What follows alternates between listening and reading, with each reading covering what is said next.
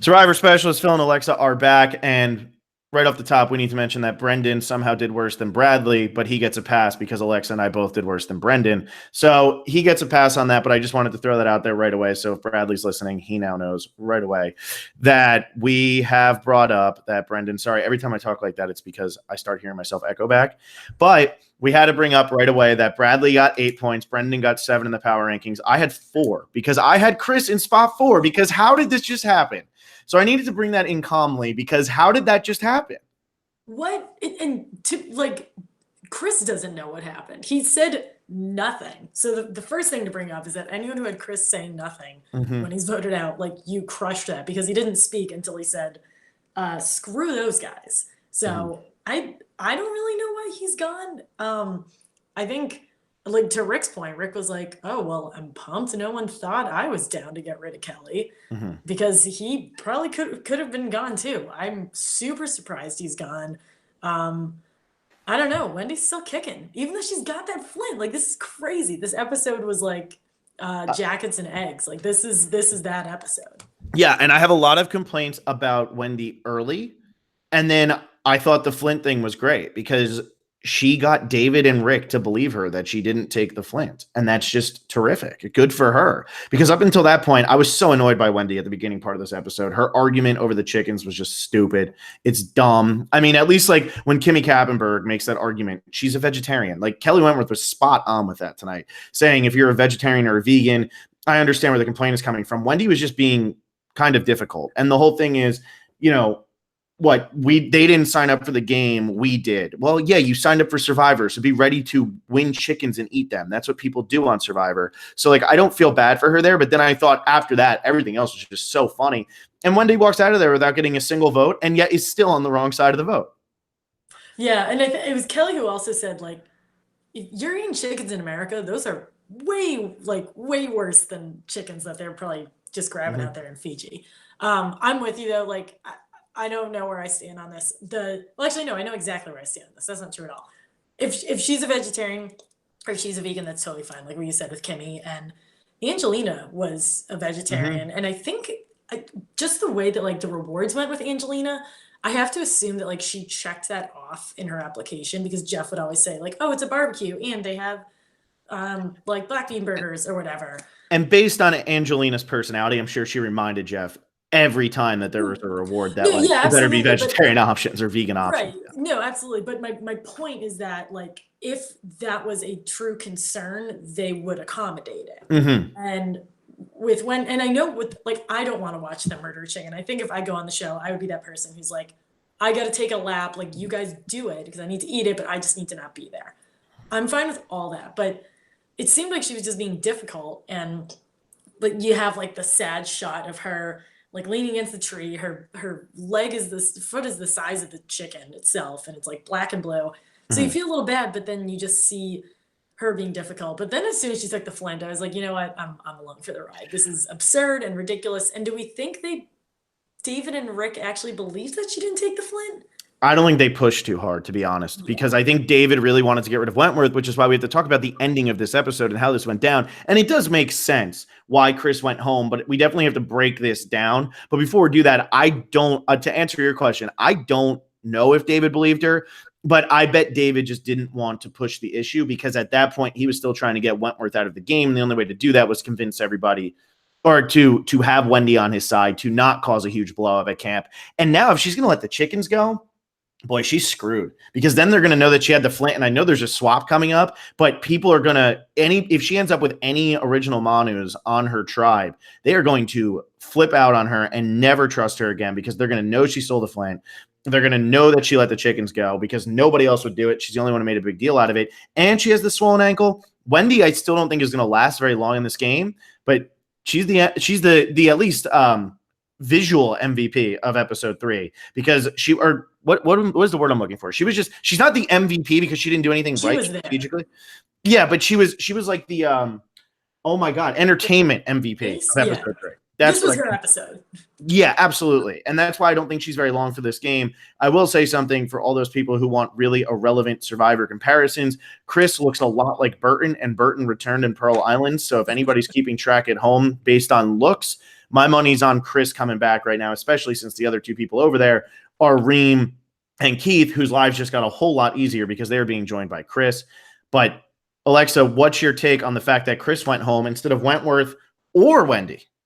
Yeah, I mean that was pretty crazy. And I don't know that.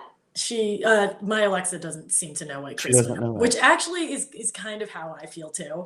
I don't really know, because I agree with you point blank on Wendy moving forward, which maybe we're both wrong, because I don't know about you, but we both put Wendy in like our bottom two since this has started. And I figured it might have been too easy for her, especially because David and everyone just seemed to be like in the mood to make a big move. I'm sure there was a lot more thought to it than that, but this was like a pretty meta tribal council where everyone was like, yeah, this is time to like do something wild and crazy. So I guess Chris was like their way of doing that, but I think it sets a really odd precedent. And this might just be, I can't believe I'm saying this, maybe we don't know the Manu crew well enough. I'm sorry to everyone in Kama who's listening, because like we literally don't know anyone about Hey, it. Julia. Yeah, hi Julia. Julia's on a Twitter rant right now, and honestly, I'm for it, because Is she actually? yeah, well, it was a little bit ago, but yeah, she's pissed, and she should be. But we'll get there. Now I'm looking this up. But like when War Dog said, I am not as tight with Chris as I am with Kelly, I saw that because we see that he and Kelly are super tight, but I didn't think that it was to the point where there's the threat of Kelly going home. I just got to get rid of Chris, because it didn't come off to me as Chris's idea, because it wasn't. So David really won out here. Rick really won out here. Wendy, for what it's worth, she voted incorrectly, but she turned out okay. I don't know. I'm honestly pretty confused, and I still don't really get it. Can you try to sell me on it? I don't not like it. I just don't really get it. Here's what ended up happening. I lost you for a second there. I don't know if it was me. It's probably me. I cut out every now and then. But I was just looking up the Julia Carter thing as I was cutting out, which is why I think it was my fault. Here's what I think happened. David and Rick really, really, really wanted to get rid of Kelly Wentworth. They wanted Kelly Wentworth out of this game so bad, but they wanted it to be a quiet boot. So what they were going to do is they were going to take Chris and they were going to take Wendy, and then the two of them, it was going to be a 4-3 boot. And then, yeah, you were going to piss off War Dog and you're going to piss off Lauren, but at least you've gotten rid of Kelly Wentworth, which is what their goal was. But what happened was they told Chris not to tell War Dog.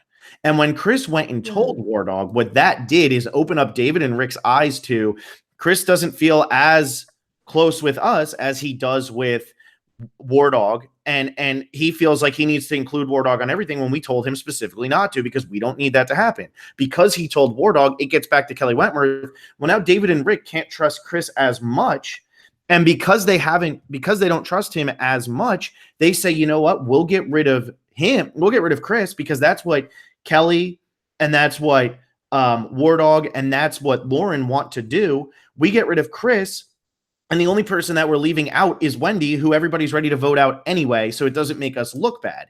Now, if you turn around and you get rid of Wentworth tonight, well, now War Dog is pissed off, but Chris also has proven that he has a closer relationship with War Dog than he feels close to David and to Rick, because he has to feel like he's going back to War Dog about everything. And even if he votes against him, it's just too much that he could just flop over there. And Lauren and War Dog and Chris could then be like, well, let's get desperate. Let's just pull Wendy in. And then it's a 4-2 vote. And David and Rick are on the wrong side of it.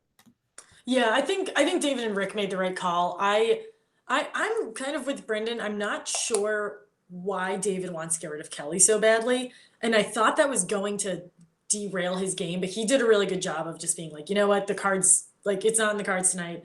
I'm not going to get rid of Kelly. And it helped that this like Chris thing was just handed to him on a silver platter. But I think he and Rick made the right move, because then they would be in a clear minority. And now, like with Chris gone, I guess it doesn't matter anymore, because this tribe's about to get blown up. But with Chris gone, there's like the really tight three of War Dog, Lauren, and Kelly. And then there's Rick and David. And then like Wendy, who's kind of with them. So I think you're right. I think Wendy's really in trouble come this swap, because she's injured, like you said, even though, to be fair, she like did perfectly well in that swim challenge. I guess when you're swimming, like you don't need your ankle as much. Or she's just really good at it. You don't need your ankle as much. I mean, and run or actually, swim. the water is probably therapeutic, if anything. Like, Yeah. it usually like go in like a pool when you're going through physical therapy. Anyways, but this is going to be a group of 5, and she's going to have nowhere to hide then, especially as soon as anybody says she let loose the chickens. Like, I would vote that person out blindly because now I don't have food, especially if I ended up on that camp. So I think Wendy's in a lot of trouble. Everyone else I think is fine. I think David handled that really well. He has his goal in mind, but he's not bulldozing for it to happen because it's something that's going to come up. He's not going to be the only person to want to get rid of Kelly Wentworth. Well, yeah, exactly. And that's going to keep coming up. But now I think that there's going to be a swap. I think Kelly Wentworth gets a whole new life because all those girls on the other side who keep talking about how they want to get rid of Aubry, I think they might actually get along with Wentworth a little bit better. Do you think it's good? See, this is just pure speculation. I can't tell if they don't get along with her, or I think it's just they blindly want to get rid of them. I view it more as they just, because it's a Joe thing too. Maybe. But at the same time too, and we did see this happen to Aubry in her first season, where at first she wasn't fitting in well. And I think that there's an intimidation factor that comes along with this too, but Aubry doesn't always start off well. She normally starts to pick up her game as it goes on. And maybe they really are having a hard time fitting in with her. Plus, I think a lot of people have talked about how they have a hard time with Joe sometimes because he's just Joe. He's exactly what you're expecting, and sometimes that's not exactly what you want. But Aurora is fitting in with them really well, and she's got the Stephanie Valencia thing going on where it seems like she's screwing herself. But I was really, really concerned tonight that Victoria was going home because that blunder that she had and how beautifully that was shot. Whoever that cameraman is should be promoted because that was absolutely incredible. Good for them. So well done. And it wasn't Will. Will was in that challenge though a lot. He jumped off the challenge, grabbed the key. He was in the boat. That was Will all over the place. If anybody was wondering, who is Will? Chris? No. What was I saying? Where did that go? It was Joe. Victoria. Yeah, the reason I thought, like, how does Ron not know that Joe is right there? He's facing that direction, doesn't give Victoria any heads up, and Victoria literally just goes, "Yeah, Joe and Aubry, they're a pair or whatever." And Joe's like, "What are we? What are we?" Like, he was right there, and the camera move was just brilliant for the guy to kind of run forward because he knew Joe was right there, so he could get Joe into the shot. Just so good. That was super well done, and like, I don't know how they didn't notice him because he's like crouching down, like getting like snails or something. So he must have like creeped up on them, but I guess like good on Joe for noticing that. But kind of like what we were talking about with Brendan on Sunday, like Joe and Aubry just don't seem to have any more of a connection other than just they're the 2 returnees. And like you said with Aurora, like that's a tough position for her to be in. And I think she's really going to benefit. She'll either benefit from the swap or she'll become like the Natalia where she's with someone who's not Joe or Aubry. And they're like, well, we didn't have much going on with her, so we can get her. And I feel like Joe's about to break his own record on this season because now we're swapping to 3 tribes. No, seriously, and we're swapping to 3 tribes. And Brendan and us, we all agreed that we didn't think they were going to go to 3 tribes. Now they are going to 3 tribes next week, and it's crazy because all of us we talked it out, and do they really want to bounce around between 4 places? Because now you're going to have 3 tribes of 5 and Extinction Island of 3, and those 3 now have Chris, who is much stronger. And I'm sure we're going to hear something from Reem or Keith about that. But now that we have 3 tribes, whatever tribe Joe is on wins. Just because they're not going to lose. Like, even if they get second place every time, they're never going to lose. And I know that they lost back in back in No Collar. That happened. But at the same time, they didn't lose the first challenge. And the second challenge, they get rid of Vince Sly. You got rid of the only other strong person on the tribe who was, or a huge physical threat. Jen Brown wasn't really strong, and Will Sims wasn't very strong. Nina was strong for what she was, but she did not get along with the tribe at all. So when that happens, of course, Joe's tribe struggled there. You were also against Rodney and Big Mike, and you were against Joaquin, and there's a lot more people that you're up against. But I think Joe's about to break a record because now that Chris is gone, who are you going to vote at? Like, who's going to be able to compete with him that's going to make it even across the board? Like, War Dog, I don't think is going to be able to. We haven't really seen anything like that. And maybe Eric, but the odds of all of them being on separate tribes just aren't very high. Yeah, that would require one of them to be on each tribe. And War Dog looks like he's lost a ton of weight already. Like there was a shot of him, and he already looked so much slighter, and it's only been it had only been 8 or 9 days at that point. So like Joe's like clocking out of his 9 to 5. Eric kind of is too, because he's a firefighter. Not that like firefighters usually starve themselves, but Eric, I think, has that, like, Eric can at least be compared. But I'm with you. Chris would have been the person. So yeah, whoever's on Joe's tribe is completely fine. I just don't, though maybe now people are going to say, like, you know what, maybe it's time to get rid of Joe, but I don't really see why not. He's just helping everyone. And I think you're right. Like the 4 camps is going to be weird. That's going to be weird because we spent a lot of time, not a lot of time. We spent more time on Extinction Island because there was the whole rice thing, which I want to hear like what you think about that. But I feel like Extinction Island is going to just become less and less relevant now because there's just not going to be the space for it. Well, what I've been liking about this is they're only putting it at the beginning and the end. So I'm going to say that first. Yeah. Second, I'm going to say if anybody is looking for a reason to get excited for the weekend, Carl is in the chat right now, and Carl's going to be our guest on Sunday. So he's giving his hot takes right now, and then that means on Sunday we're going to get the full breakdown. But his take right now is Chris should have kept his mouth shut. War Dog's running the tribe. Can't wait to hear more about what Carl thinks about that when he comes on Sunday. I believe he and Davey were just like Instagram living this episode. Really? Okay. Yeah. So he's bopping around.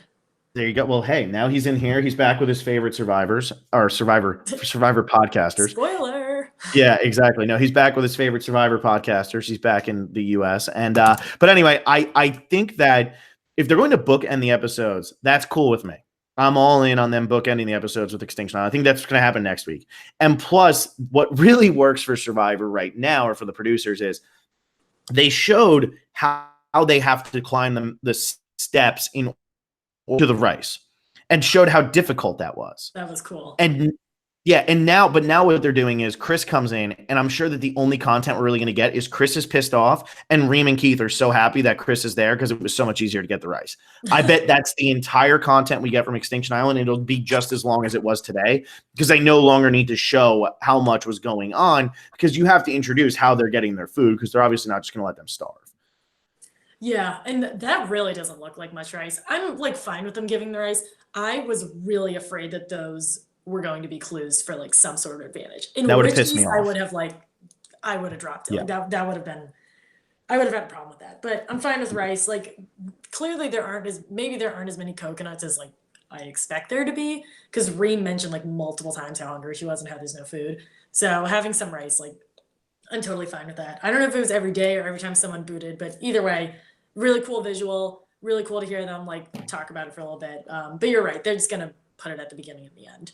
Yeah, exactly. And I will say, though, like now that we have Chris, I don't think Reem has a shot of getting back in. Plus, she's going to have been there for 5 days longer. So that's just a long time. And I don't think Keith is going to last.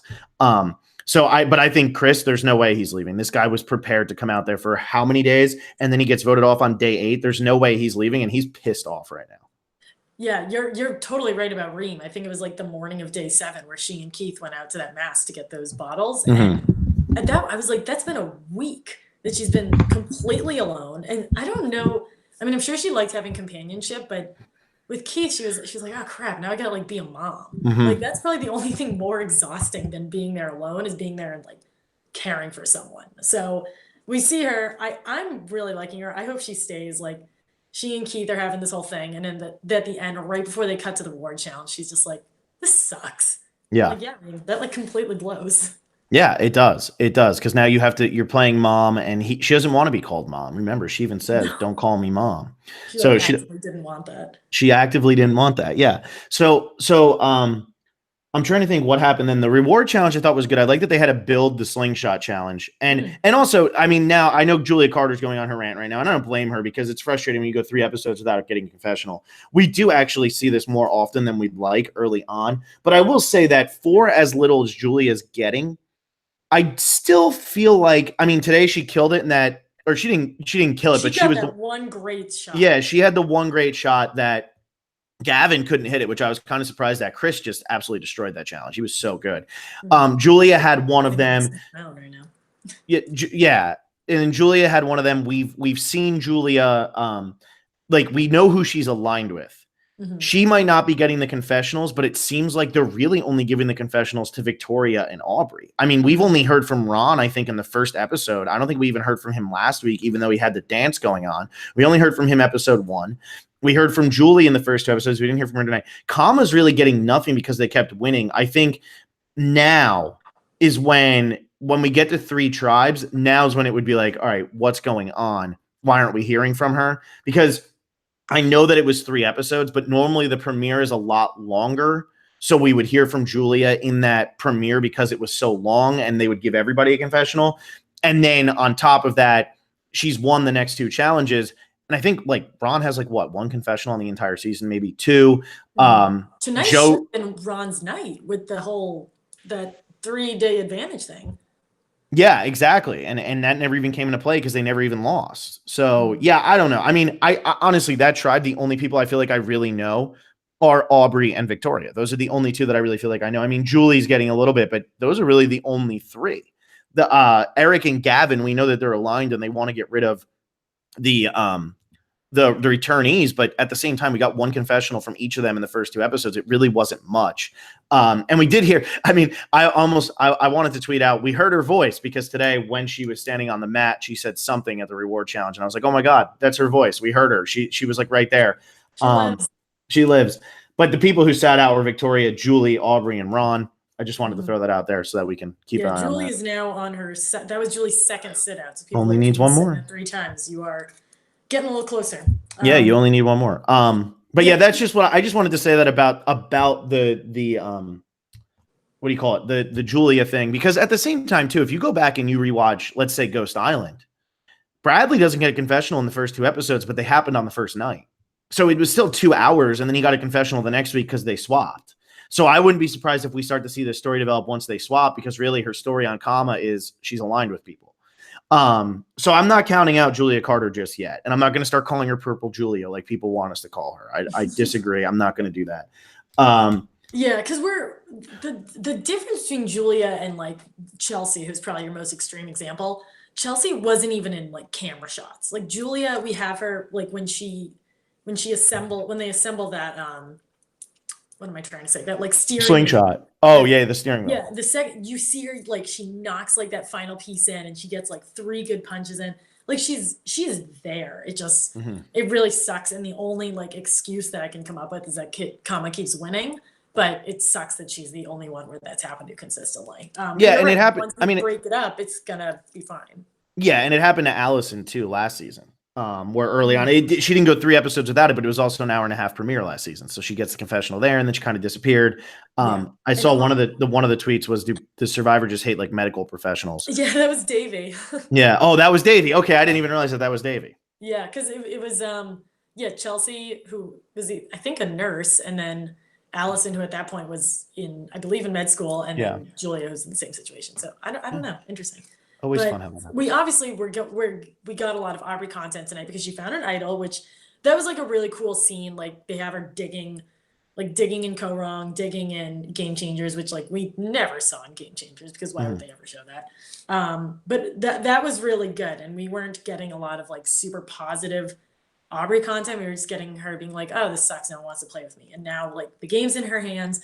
She got a really good like bucket list kind of confessional. I've done everything in Survivor except win and find an immunity idol. So if you had Aubry winning, that's pretty big. If you have her losing in the final, that's also pretty big. Yeah, I'm one of those people right now where I think because she found this, I can already hear it at the reunion where it's like, and Aubry found an idol. Still haven't won though. Would you play again? Absolutely, Jeff. And like just move on. Ship her back off. Yeah, exactly. Immediately going on to 39 or 40. Good luck, Aubry.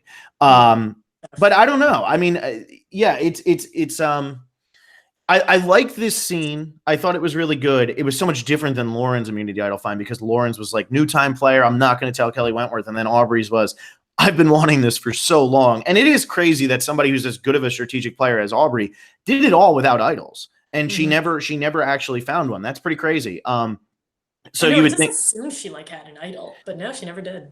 Yeah, exactly. Like, yeah, that's one of those things that you probably wouldn't realize. So I'm happy that she found it. And yeah, this edit for me was, I kept putting her near the bottom just in case they lost. But the way that this was going, I just kept imagining they're going to keep winning. And then eventually what's going to end up happening is Aubrey's just going to be like, all right, now I have new life in the game, and it's going to start to pick up. And now Aubrey's going to be safe for a while. She's got an idol. We got smaller tribes. She's going to be able to get away from at least some of these people who don't want to work with her. And I think that's going to make all the difference. Yeah, she definitely benefits from the smaller tribe. I think pretty much everyone except for Wendy is going to benefit from this. Unless, I mean, the only thing is, I think a ex could leave next week because of the whole, like, the way the Natalia, Alec, and Kara thing went down, where there's some clearly tension, and that there's that group of 6, which is Victoria, Julia, Ron, Eric, and Gavin.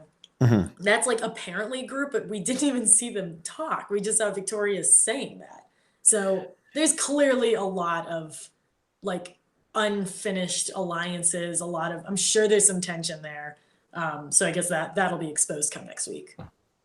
Yeah, exactly. And now the problem is, if that's a group of 6, well, the tribes are going to be 5, 5, and 5. So you're not going to have everybody, and that's going to make it tough for them.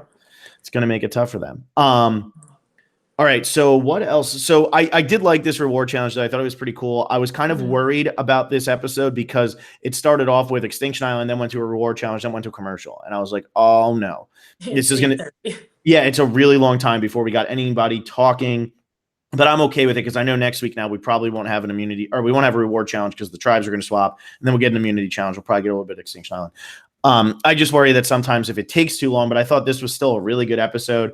We kind of saw when Wendy hurt her ankle, but we really didn't even see it. I don't think they had really good footage. They just had of her saying, oh foot, that's what she says. Oh foot, my foot. And she's coming back, and it was all swollen, and it was, it swelled up really, really fast. It's clearly not broken. It's just probably a really bad sprain or something. Yeah, because they wrapped it, and I'm sure it's still obviously not 100%, but that just looked really ugly. Lost for a second.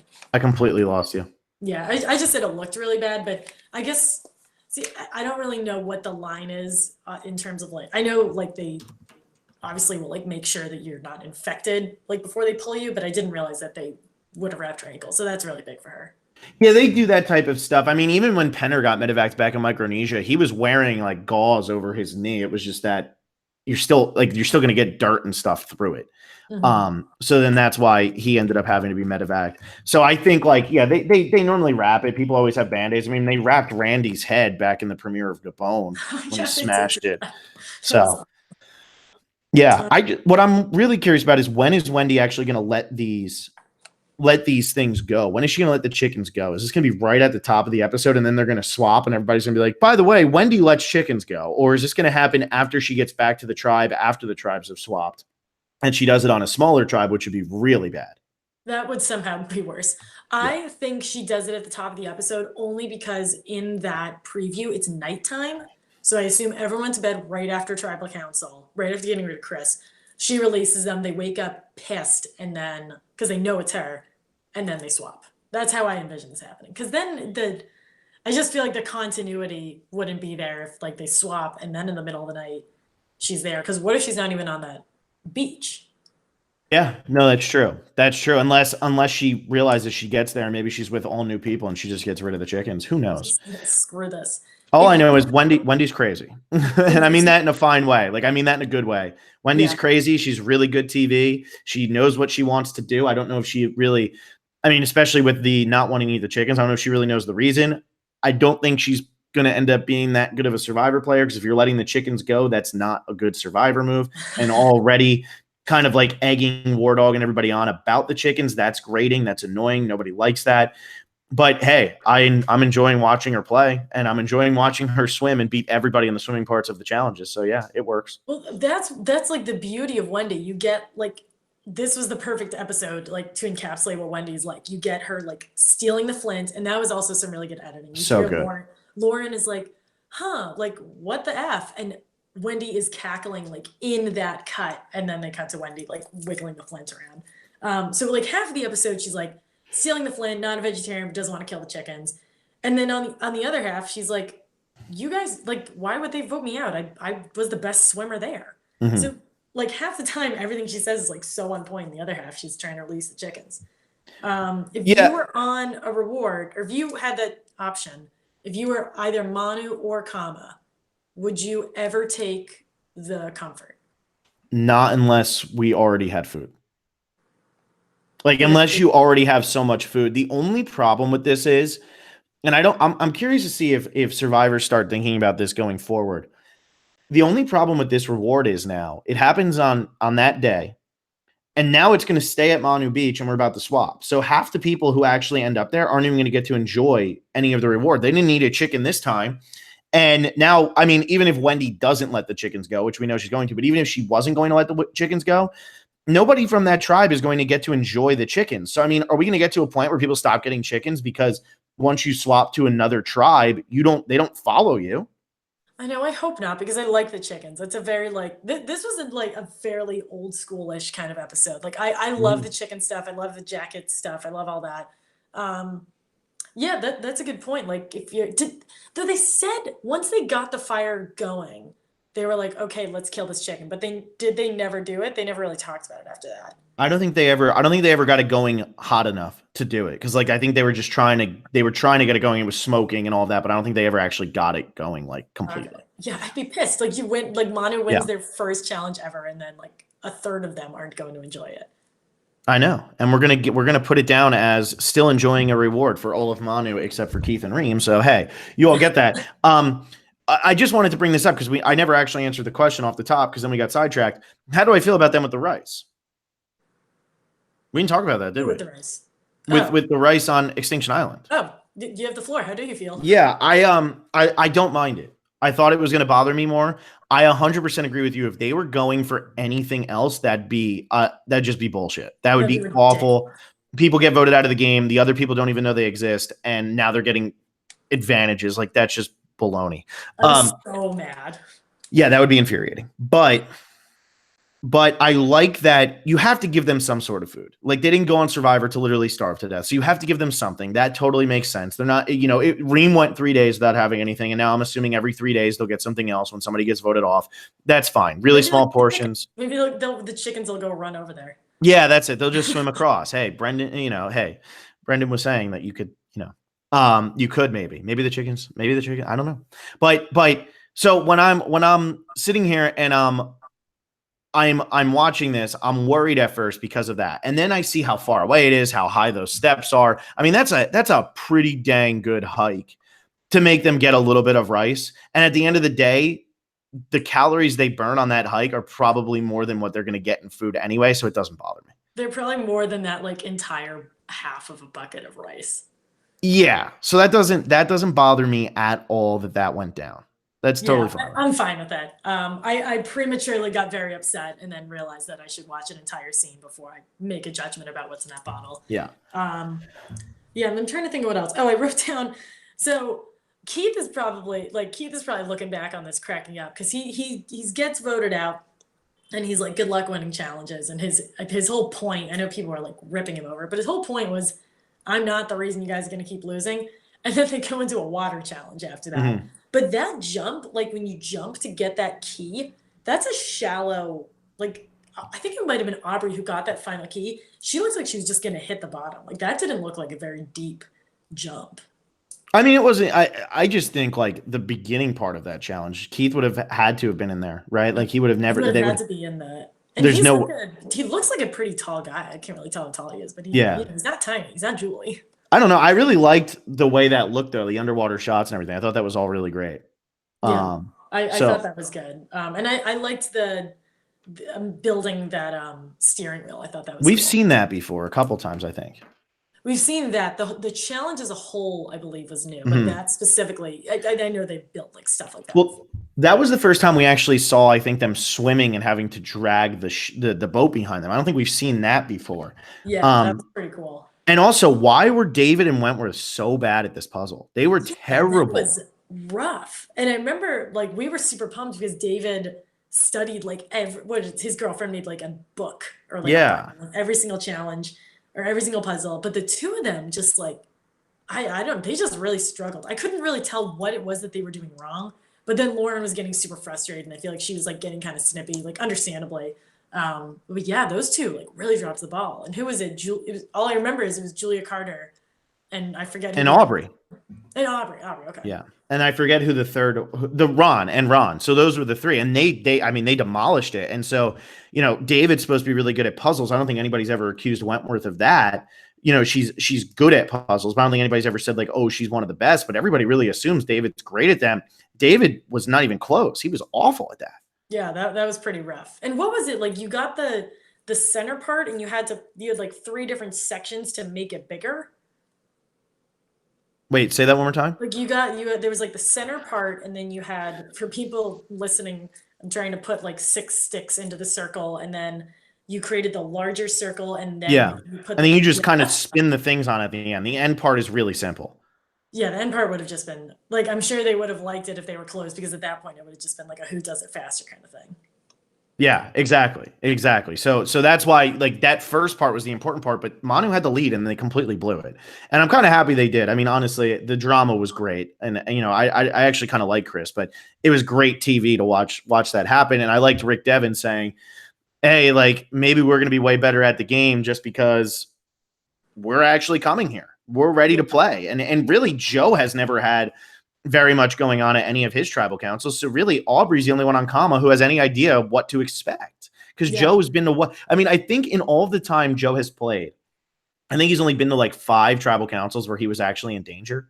Isn't it something like that? Like there was the Fishbach one where Fishbach went home. In terms of in danger, I feel like it's got to be 5 maximum. It was the Fishbach one, and then the one he actually went home. There was the one in Worlds Apart where he went home, and then there were 2 when he was on No Collar. I think that's it. So like Joe's been vulnerable 5 times in the game. Aubry did that in Korong. Yeah, Aubry did that like in the pre-merge. Yeah, that's pretty crazy. So you reminded me with Rick making that comment. My internet cut out when David made some comment that like ruffled a lot of feathers. My internet cut out as he was saying that. What did he say?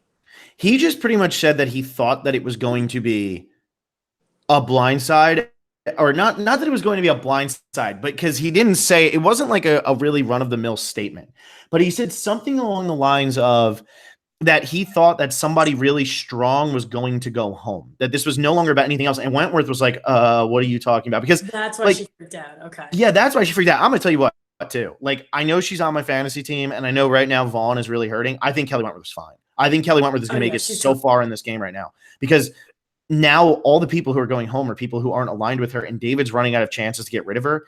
And even if everybody on Kama wants to get rid of Kelly Wentworth, she's made some pretty good relationships. If she ends up in a good swap here with War Dog and Lauren, and then there's just 2 Kama, who cares?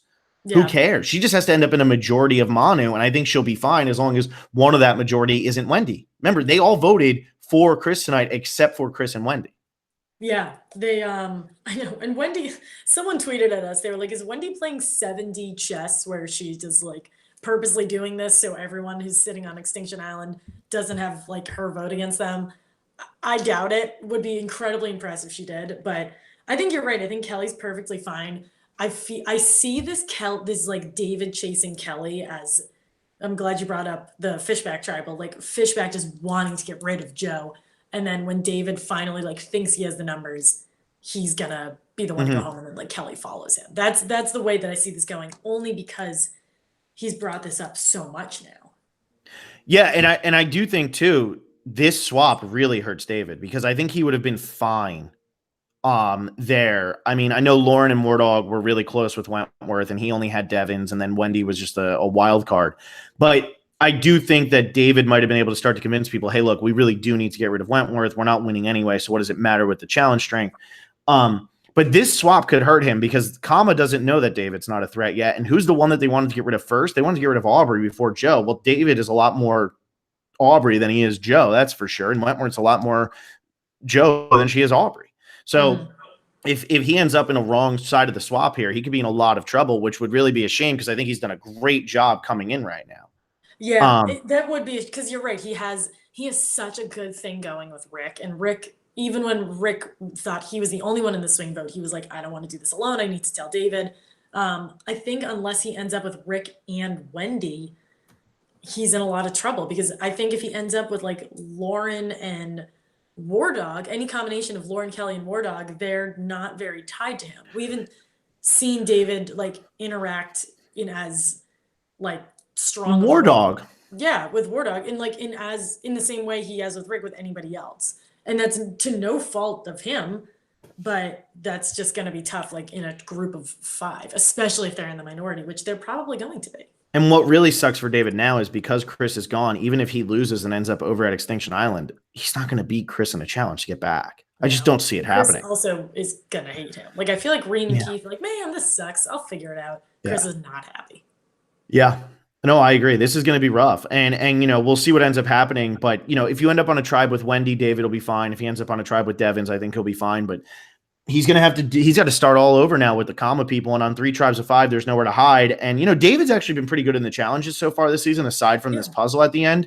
But he could be in a lot of trouble because his tribe he could just end up on the weaker tribe and be one of those people who's getting voted out next week. Mm-hmm.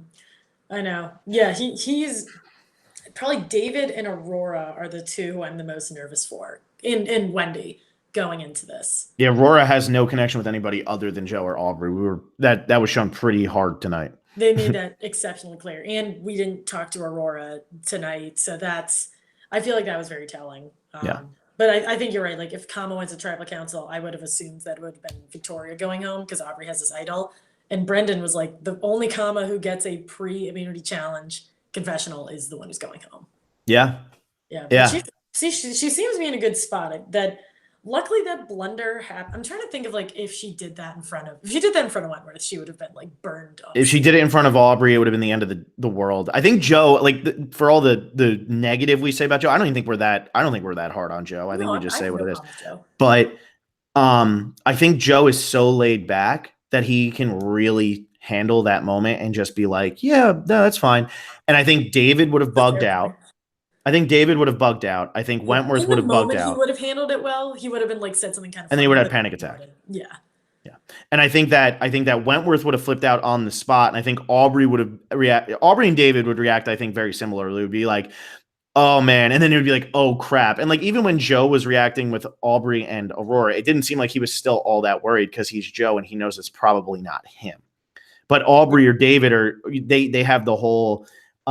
They play up the insecure, crazy, manic, you know, that type of thing. That's what they play up. So I think that they'd be fine in the moment. But Wentworth would just lose it in the moment.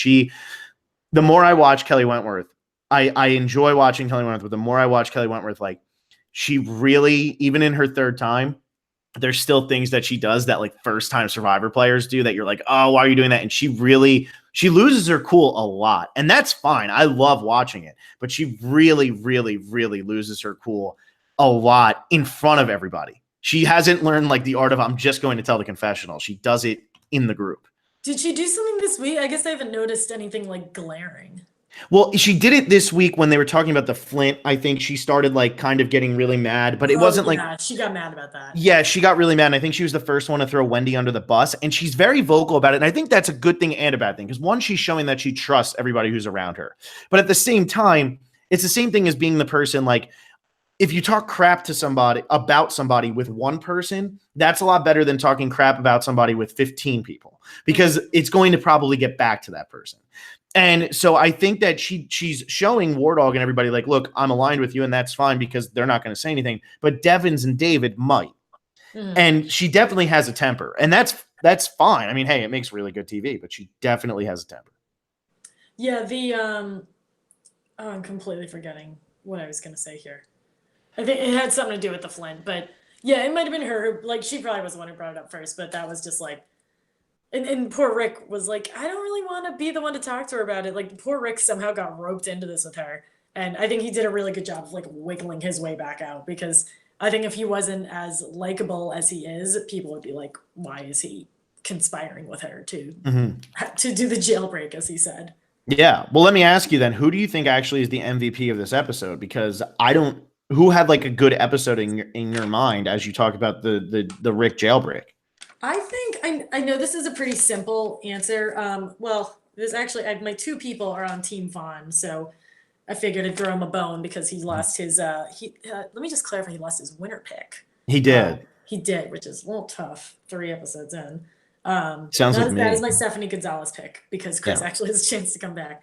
I put Aubry as MVP. I think she's like she's like kind of the easy choice. She has the immunity, like she gets the hidden immunity idol. She gets her moment. And I think she's someone who, if they were to go to tribal council, she would have very easily been in the bottom 2 people. It would have been like probably her who went home. So I think Aubry put herself in a really good position. I think she now has, with this idol and with this swap, she is in a really great spot to completely reset her game, which I think is needed. I think she'll do better in like a much smaller group. If it weren't Aubry, I was going to say Rick, because Rick showed what War Dog showed me the previous 2 episodes. Like Rick showed a very flexible, can relax under pressure. Like things aren't going his way in the social game with the whole Wendy thing, and the strategic game with Kelly's name almost coming back around to him, and he handled that perfectly. It looks like nobody was even aware that he was in on it. And he's got David the Meat Shield. That's working out for him. I gotta say, I agree with you on both of those, and that's like I see reasons for both. Aubry's, I think you have to just look at the idol though, because aside from the idol, Aubry didn't really have a good episode. I'm not going to give her. I don't think that she should be MVP because of a production twist that's coming up where they're going to swap the tribes, because she doesn't really have control over that. In the episode, the idol find was great, all of that. And I was gonna say Rick, because Rick did a really good job of him, and David really threw Chris under the bus. Rick did a good job when he talked to War Dog, talking about the jailbreak, and it was calm. But I actually think, and this is not a troll, I actually think War Dog is the MVP again, because War Dog for the 2nd straight week has convinced somebody, don't vote out Kelly Wentworth, when their heart was set on getting rid of Kelly Wentworth. And on top of that, not only did he say, let's keep Kelly Wentworth, he also was smart enough to vote out Chris, who was somebody who even came to him and wanted to let him know everything. And War Dog used that information against Chris to vote Chris out and keep an ally that he actually felt closer to and felt he could trust more in Kelly, and didn't turn around and say, well, let's just vote out Wendy because it's an easy vote. No, he took out somebody who was actually a threat in the game and was going after his closest ally. So I actually think it's got to be War Dog. Was Chris's heart set on Kelly though? I feel like I guess I can't, like, Chris just seemed like he was there, if I'm going to be completely honest. Oh no, I'm losing you. Uh-oh. You back? I totally lost you. I had no idea what you said. I don't know why that's been happening. It's kind of weird. I think Chris and this is because I guess we don't know Chris very well, but he wasn't striking me as his heart set. He just struck me as like he was there for it and like he was close with War Dog.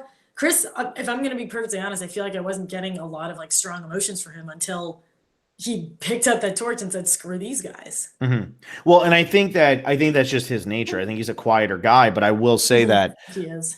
I think that him, David, and Rick were all very set on voting out Wentworth. And it was War Dog who convinced Rick not to. Because Chris wanted to do it last week too, remember? Like, and War Dog talked him out of it, and then he wanted to do it this week, and War Dog said, you know what, that's enough. Now you're going after my closest ally twice.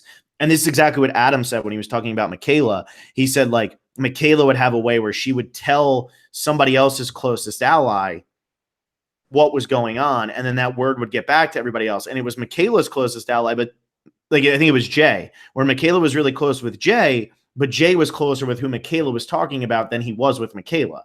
Mm-hmm. And therefore it was hurting Michaela. That's how I feel about what just happened tonight. Is Chris felt really close with War Dog, but what he didn't realize is War Dog's a lot closer with Kelly than he is with Chris. Yeah, I completely agree with that. I just think Chris wanted to get rid of Kelly because she was a person. I don't think he had like a thing against Kelly. I think it was other people's ideas to get rid of her, but he did trust someone twice and didn't realize their connection. So that was absolutely on Chris for not grasping that. Yeah, but look, now this twist could really help him. It's got the Burton Roberts thing written all over it. I'm back for revenge, baby. Let's go. And he's going to come back and he can make a stink, because it's exactly how Burton went out super early, got, blindsided by people that he wasn't expecting to get blindsided by, kind of tried to overplay his hand. And now Chris could do the exact same thing. I'm just nervous for these Extinction Island people. And I guess when they come in at Emerge, it's different, but not really. I just feel like the person who comes back is going to immediately get voted out again. I don't think so. That was a Boston Rob thing. Boston Rob was just playing, 18D chess. It wasn't even 4D or 70. It was so beyond. I think he was playing playing significantly better than everyone else, but they're just at such a disadvantage because they were voted out. Like no one wanted to play with Reem. No one really wanted to play with Keith. Chris is the only one of these three who I could see like wiggling in with someone. And he could also win an immunity challenge. They could, but if they don't, like that's like a 1 in 13 chance. I do think though, what makes this one different is if you know Extinction Island is there again, are you really going to vote? Chris comes back in. You're really going to vote Chris out right away? Or are you going to try to get rid of somebody weaker so that they're not going to want to last as long, so that the numbers actually dwindle?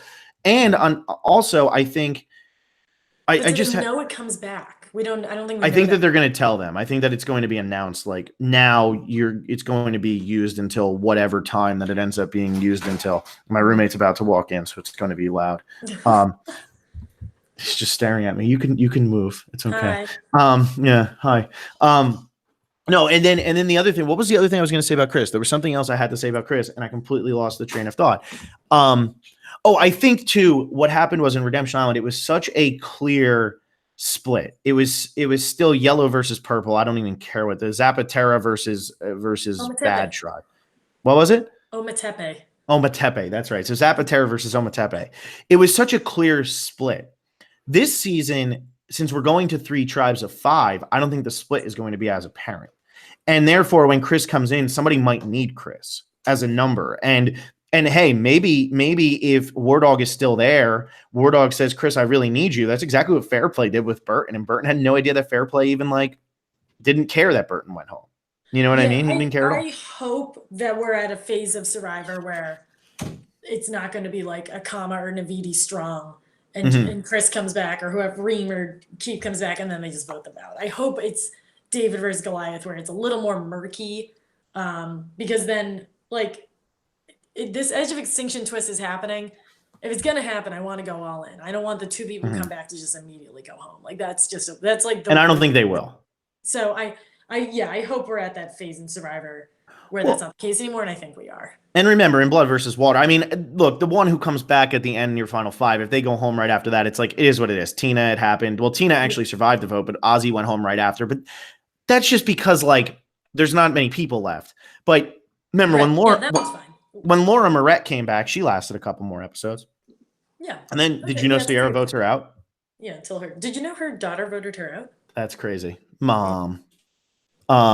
Yeah, but anyway, so do you have anything else you want to cover on this, or are we done with this? Oh yeah, this is something I texted you. We will need to change the props moving forward, because if hashtag warpup isn't a hashtag, so annoying. Nothing is a hashtag. That would have been so good, and it wasn't a hashtag. So very upset about that. So if anyone has suggestions. And I do have to say that this is a perfect tie-in because, and I guess we weren't going to bring up the Twitter feud, but it was hilarious because Wendell called War Dog today pup, and War Dog said, "Don't ever call me pup." And then they call Wendy tonight War Pup. And I just thought it just came full circle from I didn't realize that. Yeah, I got kind of sucked into that whole Twitter thing. And then after the Twitter thing was over, the last thing that happened was Wendell saying that. And then when that happened tonight, I was like, whoa, this is crazy. This is meta. Okay. 4D.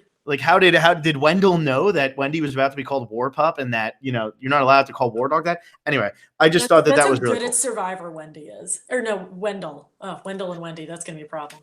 That's how good that Wendell is that he could see into the future of an episode and predict what was going to be said. Yeah, that's how perfect he is. Yeah, the only other things, these aren't even worth real conversations, but I think it was David who said, "Don't miss Chris," when Chris was doing that final slingshot. I thought that was very funny.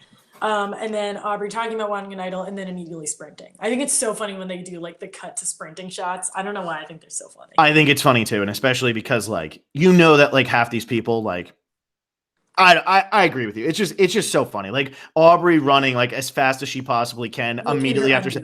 That's not what happened. That's not. It's so funny. I agree. Screw this confession. I'm out of here. I'm running as fast as I possibly can. Yeah. We did get. I can talk about props. We hit a good amount of props tonight, or we're en route to hitting a bunch of props. Aubry found an immunity idol. David had the episode title. It was something about betrayals. Chris got voted out and had nothing to say. Nothing. So we got those 3. And then Aubry, Ron, Victoria, and Julie sat out, as Phil mentioned, and Julie is on her second sit out. So if Julie sitting out 3 times, you are en route for that. And all Manus minus Keith and Reem Reem. and Keith get their first reward, even though they don't get to enjoy it. Yeah, and I guess too we'll have to figure out what to get less than 5 votes or get 5 or less votes. If Chris comes back and he gets voted out again, then he would end up with more than that. But as of right now, Chris would end up having less than 5. He had 5 votes, so it'd be 5 or less. So he would fit into that one. But we don't know yet. Also, Reem has gotten a confessional in every episode she's been in, and so has Keith. So fun fact. Yeah, I know. Reem and Keith are killing it. Yeah. Actually, I'm gonna write this down. Reem and Keith. Well. Sorry. No, that's fine. And then before we jump into Alexa's outro, I just want to say we posted about this a little bit, but I was a guest on another podcast. And if anybody's interested in listening to it, if you've seen the movie Annihilation, I went onto a podcast called Movie of the Year. I was a guest on that to talk about Annihilation. It's a really fun podcast, actually. It's nothing like what we do. They sound much better. They have better microphones. But it was a really good podcast. Yeah, it's called Movie of the Year, and they're called Your Pop Filter. And then the other one I did was a superhero hour where I was so lost because I'm pretty vocal in that I don't really like superhero movies. And we ended up doing superhero TV. And that's what they do. They watch every TV episode of superhero shows that is on in that week. And so I got shows. That's even worse than superhero movies. It was brutal. It was so bad. And so what ended up happening was I sat in on that and we talked about, I only really was able to comment on Doom Patrol and the Umbrella Academy. So if you want to check that out, I mean, even if you don't want to listen to me, not know what I'm talking about, it was a pretty good podcast. And if you're into superheroes, which I know some of our fans really are, it's the Superhero Hour. They curse a lot more than us though. So be prepared for that in case you're worried about that. Did you watch the Umbrella Academy? I just finished that and really did not enjoy it. No, I watched the first episode. I'll never watch it again. It was awful. Yeah, it gets worse than the first episode. So. I had no faith in it. So I didn't want to watch it, but because I was going on that podcast, I said I would. And boy, they were much more positive. You'll see if you listen to that podcast, you will hear how little I say while they're talking about the Umbrella Academy because I had nothing nice to say. And my mom taught me that means don't say anything. Yeah, that's very good by your mom. Yeah, I am neutral to positive on superhero movies. I'm pretty down on superhero shows, but that show was awful. I can't. It has like a really, really high rating on Rotten Tomatoes, but a really, really low rating on IMDb because people like it, but it's not good. Yeah, well, Rotten Tomatoes is. I have my theories about Rotten Tomatoes, but that's for. That is for when we do all about Rotten and how it just. That's for our podcast over the summer when we want to talk to you guys but don't know what to talk about. Well, that could also be, hey, if anybody wants to ask us a question about Rotten Tomatoes, we're going to be doing our Q&A podcast for our $5 patrons immediately after this, and we'll post it at some point tonight. So anybody who wants to do that. And we're also going to do a little mini power rankings recap for our $20 patrons.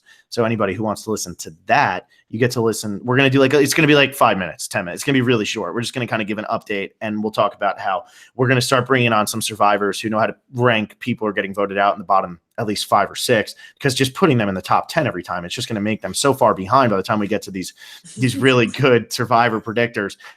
Sorry, Brendan. Sorry, Bradley. Yeah, we're 0 for 2. We're over 2, but hey, you know what? I'm only 1 for 2, and I was really off this week. I had Chris in spot 4, so I wasn't even close. You had him at 7, so did I. Yeah, that's not great. Yeah. What was I going to say? Yeah, I've noticed. I mean, well, I guess we'll talk about this more on the Q&A podcast. But people who want to give us $5 a month, we're about to do this Q&A podcast, and originally, I think the questions started out as very Survivor related, and now they are just all about our personal lives and what kind of cars we drive. Which, spoiler, I don't have a car, and what sodas we drink, which is pretty funny. So if you guys want to just hear us blab about that stuff, it's been pretty fun. Like Phil said, we're going to do that right after this. But in the meantime, make sure to vote for MVP on Twitter, on this YouTube video, whatever you're comfortable with. Follow us on Facebook, Twitter, and Instagram. We are almost at 1,500 followers on Twitter, which is pretty exciting. Hit subscribe on YouTube. Give us 5 stars on iTunes. We've made a couple adjustments to my microphone, so the people who have a problem... Don't even bring it up anymore. It's just it's hopefully failing. You guys can find something else to make fun of me about, which is the joke's been getting a little stale. So come up with something. Alexa has a soft voice, and plus her she's now coming from a different source, so it's not helping. It's not the microphone's fault, and there's literally nothing we can do. There's literally nothing if somebody wants to come on and do our audio for free. Yeah, we could go spend a lot of money and do something else. But if anybody wants to come on and do our audio for free, we need a new intern. So if you want to be our intern, come on in. Yeah, if anyone knows audio stuff, just come hook it up. Yeah, but it's literally it's not the microphone. It's other factors. Yeah, this microphone has been here the entire time. I don't have a computer anymore, so it's fine. Yeah. So yeah. Anyways, if you want to give us more money so that I can buy myself a computer, become a patron of the Survivor Specialist. Someone said that I pronounced the website incorrectly. I know that if you pay, you are a patron, but the website is spelled like Patreon, so that's what I've been calling it. It's Patreon. It's Patreon. Patreon is a patron. You're a patron of the Patreon. Yeah, but he was saying like it's supposed to be pronounced patron, which I know isn't right. So however, whatever website it is, go to thatwebsite.com/Survivor Specialist and become a patron. We have a bunch of different options. You become a $1 patron and join our Facebook group. You could become a $20 patron and you get our Facebook group, our Q&A podcast, our retrospective podcast, which if anybody has suggestions for what we should do this month, hit us up because we need some ideas. And you get to participate in our Power Rankings game and listen to us talk to Will about what it's like to be a dream teamer once in a while. So become a patron of the Survivor Specialist.